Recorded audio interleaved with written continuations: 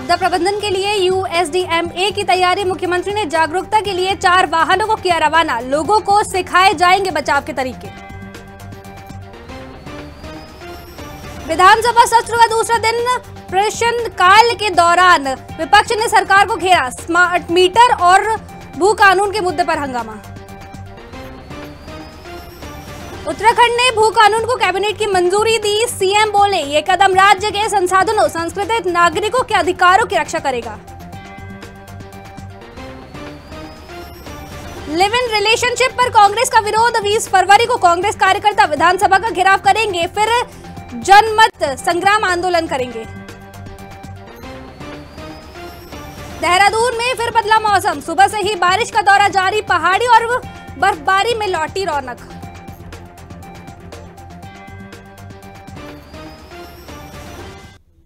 नमस्कार, खबर भारत 360 में आपका स्वागत है। आपके साथ मैं हूं साक्षी तिवारी। रुक करेंगे खबरों की ओर।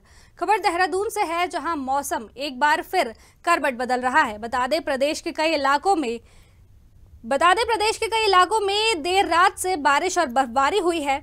वहीं मौसम विभाग के मौसम वैज्ञानिक रोहित ने बताया कि प्रदेश में अगले 2 दिन तक पश्चिमी विक्षोभ के कारण बारिश और बर्फबारी की संभावना है। उन्होंने बताया कि 2800 मीटर से अधिक ऊंचाई वाले क्षेत्रों में बर्फबारी हो सकती है। वहीं देहरादून, टिहरी, उत्तरकाशी, पिथौरागढ़ समेत कई इलाकों में हल्की से मध्यम बारिश हो सकती है। इसके अलावा कई स्थानों पर ओला बारिश भी हो सकती है।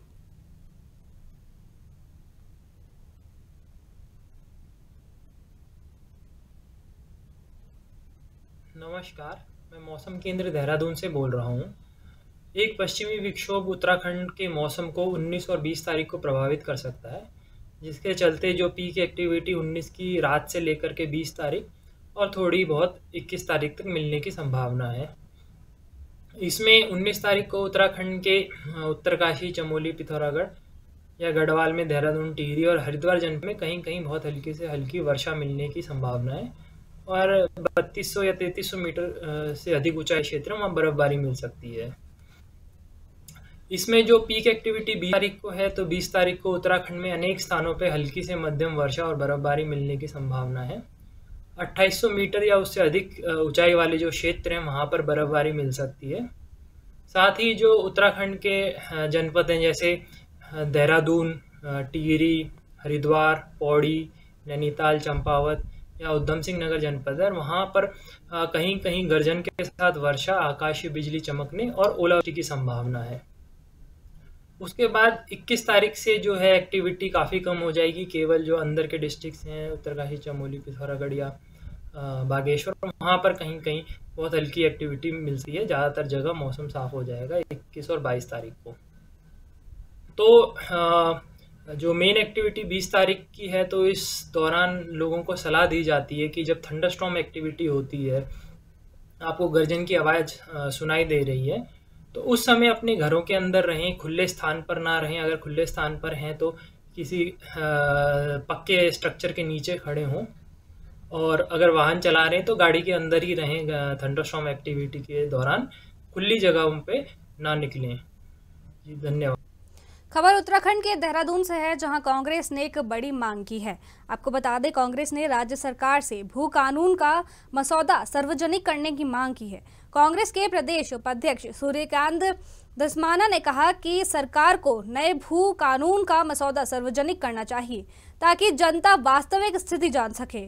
उन्होंने नए प्रस्तावित भू कानून से हरिद्वार और उधम सिंह नगर को बाहर रखने को अनुचित करार दिया है।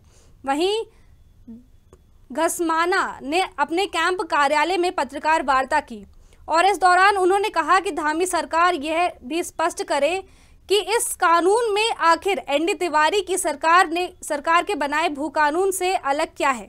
उन्होंने तंज कसते हुए कहा कि कैबिनेट ने भू कानून के नाम पर जो कुछ भी मंजूरी दी है, उसे ऐसा प्रचारित किया जा रहा है जैसे राज्य सरकार ने कोई क्रांतिकारी काम कर दिया हो।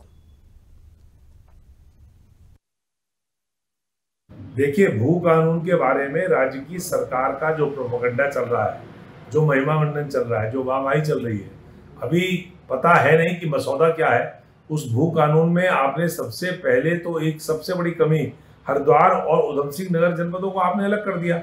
आप यूसीसी की बात कर रहे हैं राज्य में और भू कानून बना रहे हैं। उस भू कानून में 2 जनपद जो महत्वपूर्ण जनपद है, जहां की जमीनें बहुमूल्य हैं, जहां सबसे ज्यादा जमीनों की खरीद फरोख्त होती है, उन दोनों जनपदों को आपने मुक्त कर दिया, हरिद्वार को, उधम सिंह नगर को। उसके बाद पूरे 11 जनपदों में आप राज्य में कैसा कानून ला रहे हैं उसके बारे में कोई मसौदे पर आप चर्चा नहीं कर रहे हैं। आप क्या करना चाहते हैं? राज्य के अंदर जो तिवारी सरकार ने कानून बनाया था, अपनी पहली सरकार जो निर्वाचित थी, उसमें कांग्रेस की सरकार के जमाने में जो कानून बना था, उसमें 500 स्क्वायर यार्ड्स जमीन, 500 गज जमीन मकान बनाने के लिए और 12.5 एकड़ जमीन राज्य में कोई उद्योग या किसी प्रकार का कोई रिसोर्ट होटल बनाने के लिए या कोई मेडिकल कॉलेज बनाने के लिए, इंजीनियरिंग कॉलेज बनाने के लिए 12.5 एकड़ की सीलिंग के साथ उसकी परमिशन थी। और उसमें ये शर्त थी कि जिस प्रयोजन के लिए जमीन खरीदी गई है, अगर उसका इस्तेमाल उसके लिए नहीं किया गया निश्चित समय सीमा पर, तो वो राज्य सरकार में निहित हो जाएगी।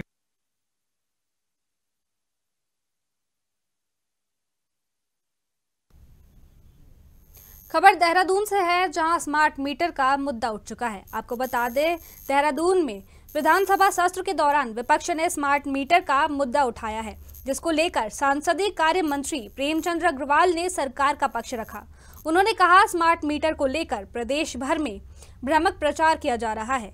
वहीं देश के सभी राज्यों में स्मार्ट मीटर लगना शुरू हो गए हैं। बता दें, पड़ोसी राज्य हिमाचल में 5 लाख के करीब स्मार्ट मीटर लगाए जा चुके हैं। वहीं प्रेमचंद अग्रवाल ने बताया कि राज्य में 15,87,000 स्मार्ट मीटर लगेंगे। केंद्र पोषित योजना के तहत स्मार्ट मीटर लग रहे हैं। उन्होंने बताया, फोन पर स्मार्ट मीटर से जुड़ी हर अपडेट मिलेगी। जितनी बिजली इस्तेमाल करेंगे उतना ही पैसा देना पड़ेगा। विपक्ष स्मार्ट मीटर पे भ्रामक प्रचार फैला रहा था। लगभग 13 माननीय सदस्यों के जो विपक्ष के थे, उनकी आशंकाओं को दूर करने का मैंने बहुत भरपूर प्रयास किया। और आप देखिए, उसके बावजूद, सारी बातें जानने के बावजूद वो बहिर्गमन कर गए। अब आप देखिए, बार बार बोल रहे थे प्रीपेड मीटर लगा रहे हैं, जबकि नहीं है। ये जो मीटर लगेंगे, ये कहते हैं जंप होंगे। मैंने कहा जंप नहीं करेंगे, मतलब मीटर की रीडिंग जंप हो जाएगी। मैंने वो नहीं होगा। इन्होंने कहा कि साहब वो जो है उसमें जो सामान्य लोगों उनको दिक्कत आएगी। हमने कहा कि उनको दिक्कत नहीं आएगी। उन्होंने कहा कि जो हमारे जहाँ नेटवर्क प्रॉब्लम है वहाँ मीटर काम नहीं करेंगे। हमने कहा नेटवर्क जहाँ नहीं वहाँ पे लगा ही नहीं रहे हैं। और सबसे बड़ी बात क्या है, ये देशव्यापी कार्यक्रम है। पूरे देश भर में ये स्मार्ट मीटर लग रहे हैं। इनके खुद जहाँ ये सत्ता में है, चाहे वो कर्नाटक है, चाहे हिमाचल है, या तेलंगाना है, या अन्य राज्य हैं, वहाँ भी स्मार्ट मीटर लग रहे हैं। और वहां लगने के लिए या वहां लगने दे रहे हैं और यहाँ पे उसका विरोध कर रहे हैं। और आपने देखा ही, माननीय तिलकराज बेड़ जी ने किस प्रकार उठा के उसको बाहर फेंका और कैसे कैसा उन्होंने वहां बयान दिया। लेकिन मैं कह सकता हूं कि ये बिल्कुल पारदर्शिता के लिए है, जनहित में है। और जनता जितना उपयोग बिजली का करेगी उतना उनको पैसा देना पड़ेगा। पहले आरोप लगता था कि मीटर रीडर आता है, वो स्नाप मीटर रीडिंग देके, और जनता को जो जिन्होंने यूज नहीं किया उतना उससे ज्यादा पैसा देना पड़ता है। इसमें ऐसा भी नहीं है। फिर आपके मोबाइल पे आपको उसकी जानकारी आएगी। और खबर उत्तराखंड के देहरादून से है, जहां भू कानून संशोधन पर खुशी जताई गई। आपको बता दें, भाजपा के प्रदेश अध्यक्ष और राज्यसभा सांसद महेंद्र भट्ट ने कैबिनेट से भू कानून संशोधन विधेयक को मंजूरी पर खुशी जताई है। उन्होंने कहा कि धामी सरकार ने जनता से किए एक और वादा पूरा किया है। वहीं भट्ट ने मीडिया से बातचीत में कहा कि यह ठोस कदम राज्य के भू संशोधनों और मूल स्वरूप के संरक्षण को लेकर भाजपा सरकार की प्रतिबद्धता दर्शाता है। उन्होंने सख्त भू कानून निर्माण की दिशा में इसे ऐतिहासिक कदम बताया है। वहीं भट्ट ने कहा कि भाजपा राज्य निर्माण से लेकर उसके चहुमुखी विकास के प्रति कटिबद्ध रही है। वहीं जनता की भावना और प्रदेश की जरूरत समझते हुए भाजपा ने विधानसभा चुनाव में कठोर भू कानून लाने का संकल्प लिया था, जिसके लिए सीएम धामी ने सरकार में आते ही उच्च स्तरीय कमेटी बना दी है।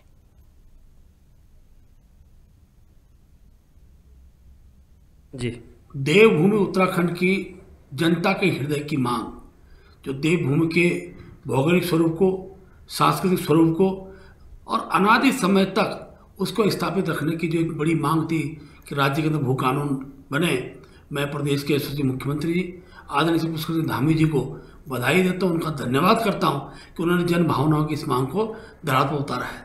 आज ही कैबिनेट ने उसको मंजूरी दी है और कल ही मुझे लगता है कि सदन के अंदर विधेयक आएगा और उत्तराखंड के अंदर हिमाचल से कड़ा भू कानून लागू होने वाला है। ये यहाँ की जनता का जो मत था, और पिछले दिनों जब मैं इस बात को कहता था कि उत्तराखंड के अंदर भू कानून का भी अच्छा स्वरूप लेकर कोई पार्टी आएगी तो भारतीय जनता पार्टी होगी, और मुझे खुशी है कि मेरी सरकार ने साथ धरातल उतारा है। मैं पूरे देश की जनता को अपनी ओर से इस कानून के लिए हार्दिक बधाई देता हूं। अब हमारा देवभूमि का जो देवतुल्य स्वरूप है वो निरंतर आगे बढ़ेगा, ऐसा मुझे पूरा विश्वास है।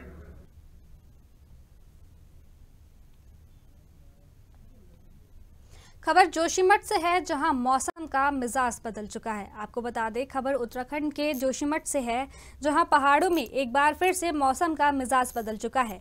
आपको बता दें कि देर रात से चमोली जिले के कई ग्रामीण इलाकों में झमाझम बारिश हो रही है, तो वहीं एक और ऊंचाई वाले क्षेत्रों में कई जगह पर जमकर बारिश हो रही है।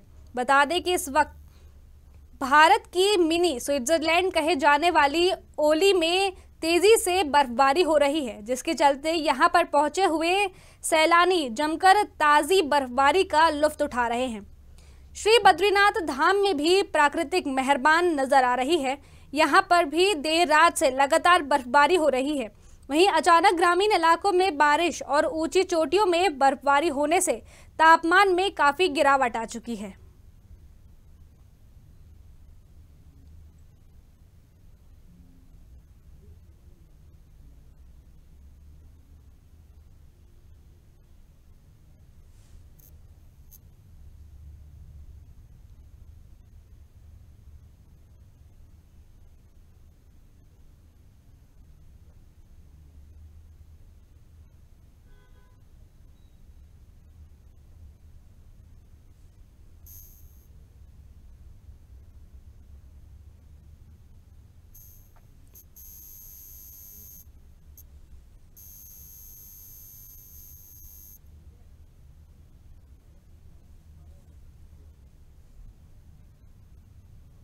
खबर जोशीमठ से है, जहां सड़क को लेकर धरना प्रदर्शन तक बात पहुंच चुकी है। आपको बता दें, चमोली जिले के सबसे दुरुस्त गांव के रूप में जाना जाता है डुमक गांव, और आपको बता दें कि जिस डुमक गांव तक जाने के लिए कई किलोमीटर खड़ी चौड़ाई पार करनी पड़ती है, जिसकी समस्या हेतु डुमक गांव के ग्रामीण अपने ही गांव में कई बार सड़क की मांग पूरी न होने के चलते कई महीने तक क्रमिक उपवासक धरना प्रदर्शन तक कर चुके हैं।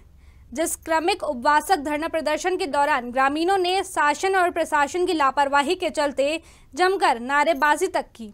और अब बड़ी बात तो यह है कि उत्तराखंड सरकार के द्वारा डुमक गांव की आधा अधूरी सड़क की मंजूरी पूरी कर दी गई है, जिसकी खुशी में ग्रामीणों ने प्रदेश के मुखिया पुष्कर सिंह धामी का एवं चमोली जिले के अधिकारी संदीप तिवारी के साथ में पत्रकार नवीन भंडारी का भी दिल से धन्यवाद किया है।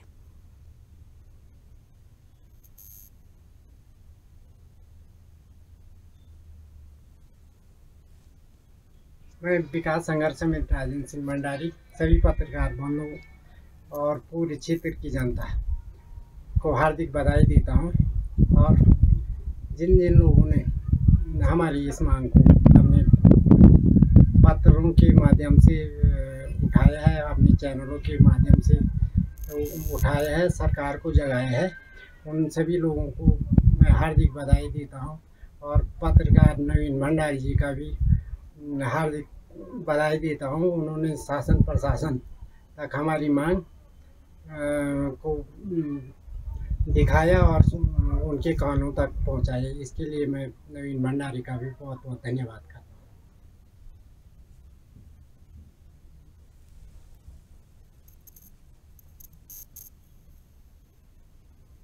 खबर रुड़की से है, जहां एक युवक की चाकू मारकर हत्या कर दी गई। आपको बता दें, रुड़की की मंगलौर कोतवाली क्षेत्र के झबीरन झट गांव में 26 वर्षीय युवक की चाकुओं से गोद कर हत्या कर दी गई। वहीं गांव के शमशान घाट के पास कूड़ेदान में युवक का खून से लथपथ शव बरामद हुआ। सूचना पर पुलिस के अधिकारी और फॉरेंसिक टीम मौके पर पहुंची, साथ ही पूरे मामले की जांच में जुट गई है। अब मम्मी को लेकर हम जा रहे थे कहीं, तो ये इसके फोन पे आया फोन हत्या तड़के लड़के का, किसी का हत्या तड़के लड़के ने बताया तेरे नाम की जो है वो दे रखी है सुपारी, कोई भैया जी है, भैया जी नाम से। तो बोलने लगा कि भाई मुझे मैं तो जानता नहीं, सभी नहीं पता तो कौन है भैया जी। हाँ अच्छा। तब उसने बताया मुझे कि मेरे पास मेरी सुपारी दे रखी, कोई भैया जी नाम आदमी कोई, ये बताया। फिर अभी क्या हुआ, आपको पता लगा क्या मर्डर हो गया, क्या हुआ? हाँ फोन आया मेरे पास, तो सूचना गई गाँव में, तब आए यहाँ पे भाई कि किसी ने मार दिया, मार के यहाँ टंकी में डाल दिया।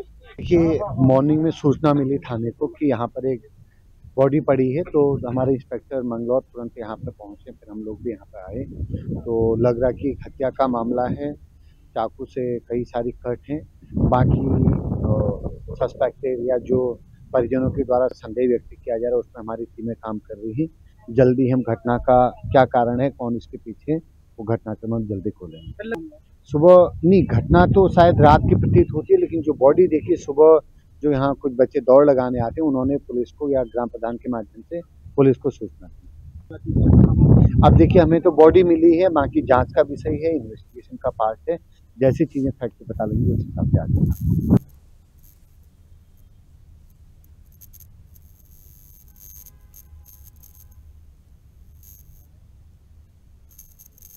खबर रुड़की से है, जहां तहसील दिवस का आयोजन किया गया। आपको बता दें, रुड़की के नगर निगम सभागार में आयोजित तहसील दिवस में कुल 34 शिकायत दर्ज की गई है, जिनमें से अधिकृत का मौके पर ही निराकरण किया गया है। बता दें, जिलाधिकारी हरिद्वार कमेंद्र सिंह ने जनता की समस्याओं को गंभीरता से सुना और संबंधित विभागों को त्वरित कार्रवाई के निर्देश दिए। वहीं तहसील दिवस में सबसे अधिक शिकायत पुलिस विभाग से जुड़ी हुई थी, जिसमें चोरी, अवैध कब्जे और मारपीट से संबंधित मामले प्रमुख रहे। इसके अलावा नगर निगम और राजस्व विभाग से जुड़ी शिकायत भी दर्ज की गई, जिनमें जलभराव, सड़क मरम्मत, संपत्ति विवाद और जमीन से जुड़ी दस्तावेज में गड़बड़ी की समस्या शामिल थी। वहीं संबंधित विभागों के अधिकारियों को निर्देशित किया गया कि लंबित शिकायतों का निस्तारण जल्द से जल्द किया जाए और शिकायतकर्ताओं को संतोषजनक समाधान प्रदान किए जाए। उन्होंने कहा कि तहसील दिवस का मुख्य उद्देश्य जनता की समस्या का त्वरित समाधान करना है, ताकि आम लोगों को बार बार सरकारी दफ्तरों के चक्कर न लगाने पड़े। आज तहसील दिवस रुड़की तहसील में आयोजित हुआ है।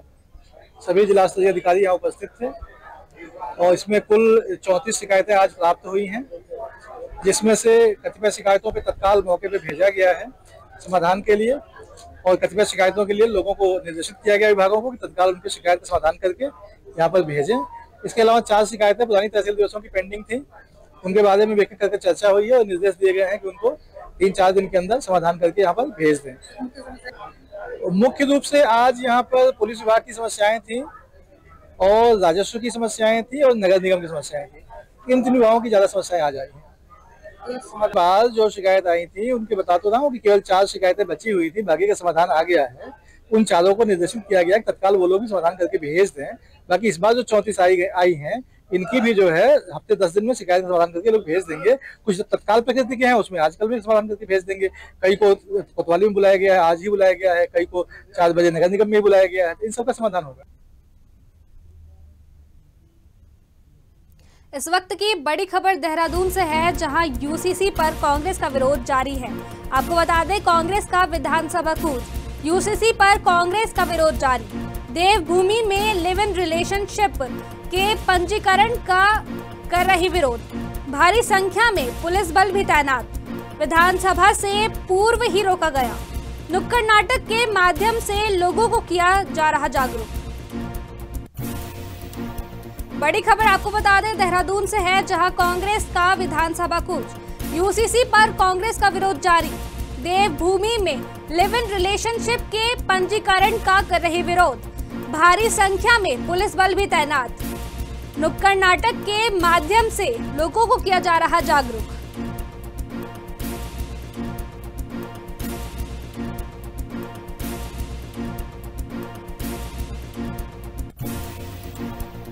बड़ी खबर आपको बता दें, देहरादून से है, जहां यूसीसी पर कांग्रेस का विरोध जारी है। बता दें, देवभूमि में लिव इन रिलेशनशिप के पंजीकरण का कर रही विरोध। भारी संख्या में पुलिस बल भी तैनात। नुक्कड़ नाटक के माध्यम से लोगों को किया जा रहा जागरूक।